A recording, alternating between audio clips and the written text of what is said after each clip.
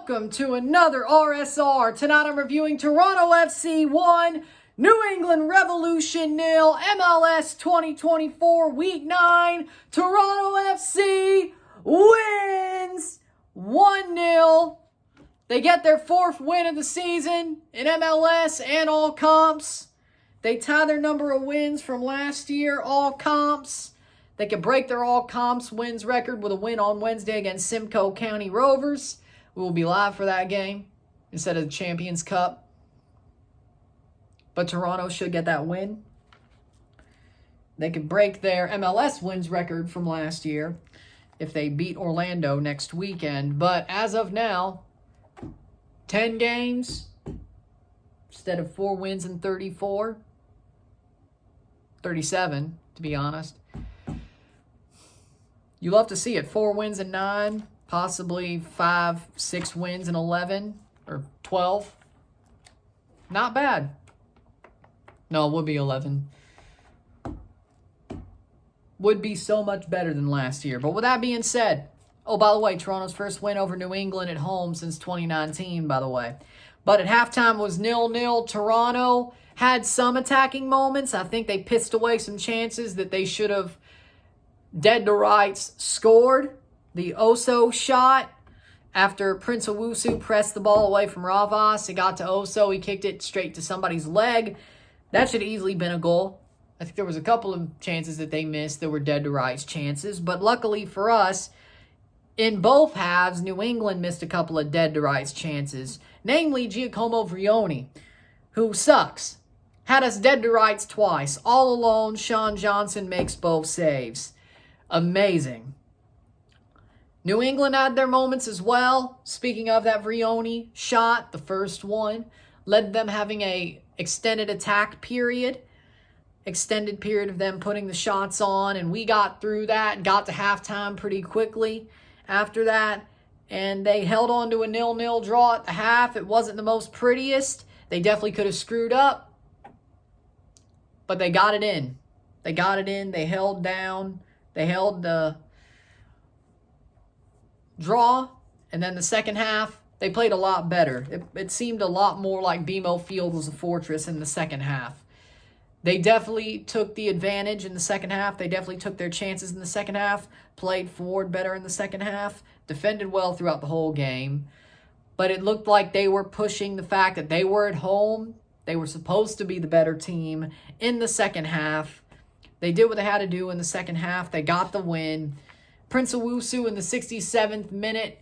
Jaquil Marshall-Ruddy takes a shot, crosses the ball in off the foot of Owusu, tapped into the net past Ravas to make it 1-0 in the 67th minute. Owusu with his third straight goal for this club. 2 goals last week, 1 this week. And he scored his 4th goal of the season,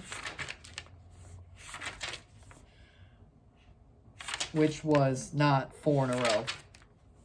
But he scored 4 goals this season for the team. The best scoring number for Toronto FC this year. He scored the most goals on the team this year, against Atlanta. It was when he scored his first. But 4 goals for Prince Owusu. He gets the tap in. Isn't the best goal, but who cares? They scored. That's what matters. And in the end, the match ends 1-0. Gomes playing amazingly down the line as a center back. Sean Johnson with a lot of saves. Defensively, Toronto had a great defensive performance. They needed a performance like this defensively to win the match. And damn, did they have it. And damn, did they have it. Full-time stats, 15 shots to 17, 8 shots on goal to 5, 39% possession to 61% possession, 348 passes to 530, 78% pass accuracy to 83. We got 11 fouls, 15, 1 offside to 1, 3 yellow cards, 2, 0 red cards, 0 corners to 8. Toronto, again, defensively, that's what won them the game. Yes, Owusu got the goal. Jaquil Marshall-Ruddy looked amazing offensively once he came on. I'm not giving either of them men of the match, though. Because, yeah, we got a goal we needed. We could have won 2-0 with a Bernadeschi penalty, but Ravas made the save there after the handball on Farrell. It would have been nice to get it. Would have felt a lot more comfortable in those last 20 minutes. But in the end, We don't get that penalty, or Bernadeschi doesn't score that penalty, and things get a bit tougher.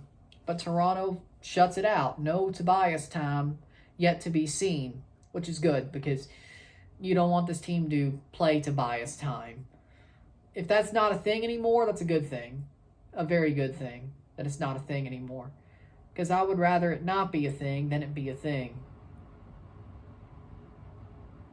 But Toronto FC defensively, I think that's what really won this game. I think Sean Johnson with a lot of good saves, dead-on saves as well. Like, he had to make some pretty hard saves. Gomes defending so amazingly as a center back. They put him in there as a center back because they had to, a long suspension. And it worked. And O'Neill's injury, but it worked. Sigurd Råsted didn't do anything stupid, so that's good. Because I always think he could do something stupid. With that being said, Kobe Franklin played pretty damn well. Tyrese Spicer played well as a wing back. I think defensively as well, having Aime Mabika come on, he did what he had to do. I think Mabika played well as well. Defensively, I think the defense won Toronto this game. I think this easily could have been a draw or a loss if the defense didn't play as great as they did. So for me personally, man of the match for me, I got to go with Gomes.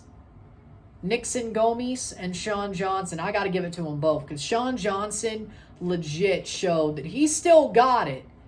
He needs to play the way he needs to play, but he's got it. He's back to where he was before the injury at the start of the year. There was a little bit of a goalkeeping controversy between him and Gavron recently, but Sean Johnson had a really good game here. Nixon Gomes, dude got basically thrown in there as a center back without barely playing as a center back, and he played wonderfully. He's a damn good player, but he's got versatility, and I like it. Gomes, damn tough. Damn tough player. I like it. So, yeah, they're both the man of the match for me. New England, on the other hand, we do the sweep over them. We get 6 points off of them this year. Lovely. We'll see what happens when it comes to the playoffs. If we play them, we won't because they're horrible, but in theory. Or Leagues Cup, more likely. But 2 wins against New England on the bounce. 1 in Gillette, where we're horrible at, even though we've actually been better there than at home against them recently. But it is what it is. But we got the win at Gillette. We got the win at home. 6 points, 2 goals against them. It wasn't the biggest wins, but we didn't let a team who sucks get a point off us, or 3 for that matter. So we won a game we should have won. New England, Chunkalai scared me. Like, that man, when he came on, that's when New England looked the most dangerous. I gotta say, Thomas Chunkalai is a damn good player. Like, that man scares me. Like, that man might just be a better player than Carles Gil. I think we have to have the argument that Thomas Chunkalai is the best player on New England right now over Carles Gil. I think we have to have that argument. Because, damn, man, he was cutting us like a hot knife through butter. I was like, damn, man, he didn't beat us. He didn't score on us. He didn't lead to a goal. You got to be lying to me. Like, damn good performance from Thomas Chunkalai. The rest of that team sucks. And Giacomo Vrioni's a joke. He is the worst striker in the league. Well, Io Akinola shouldn't be playing from now on. They still have to play Vrioni. I mean, Bobby Wood ain't that much better. I feel like I can sort of, empathize with New England fans on the striker thing. But Vrioni came from Europe. That man had such a higher level than Io Akinola. At least Io Akinola really just had one good tournament in a bubble, and people thought he was the next coming of Josie Altidore. Hate to tell you, Giacomo Vrioni is a lot more of a letdown than Io, to be totally honest. But with that being said, Vrioni damn near, he sold the game. He sold the game for New England. Not that I'm complaining, but I'm just telling you the facts. He sold the game. Sean Johnson got 2 saves on him when we were dead to rights.